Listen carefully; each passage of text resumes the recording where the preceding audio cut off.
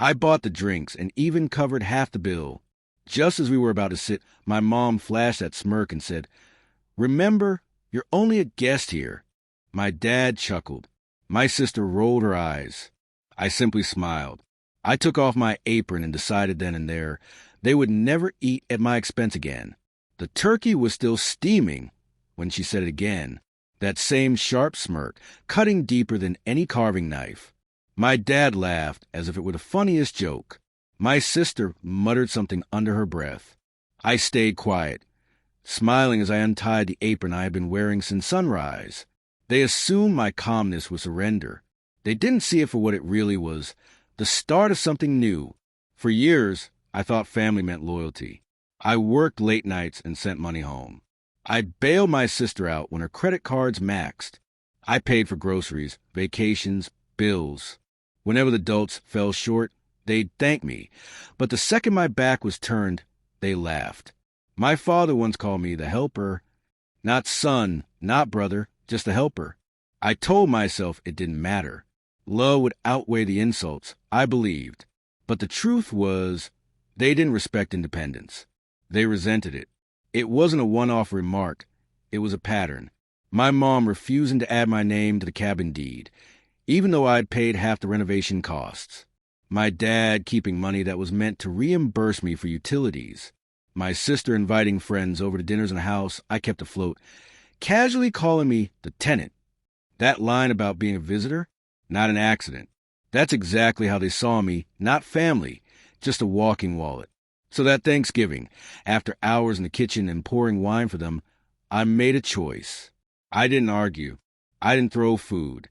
I didn't storm out like they might have expected. I poured myself a glass of wine, folded the apron, and sat down as if nothing had happened. But inside, I'd already turned the page. If they wanted me to be the visitor, they would learn what life was like without my help. Step 1, money. I stopped contributing to shared accounts.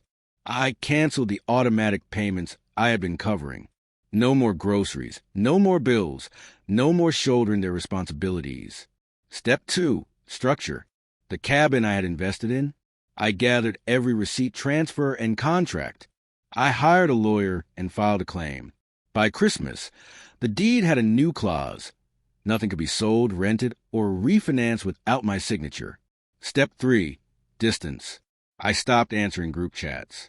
When my sister invited me to her holiday party, I declined. When my dad hinted he needed help with insurance, I acted like I didn't hear.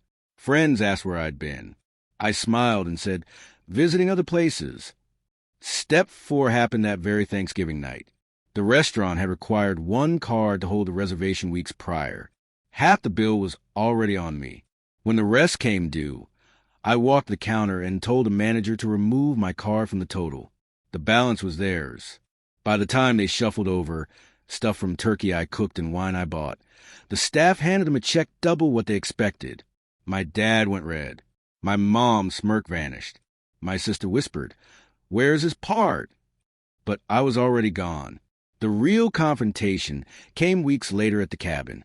My dad called, voice sharp, "You froze us out of our own property." I answered, calm as ever. "No." My sister shouted over speakerphone. "Big difference. You can't just disappear. You're punishing everyone." I let the silence linger, then said, "I'm not punishing. I'm visiting, remember?" And I hung up. Since then, the invitation stopped. So did the guilt trips. Funny how quickly the noise disappears when the money stops. Do I miss them?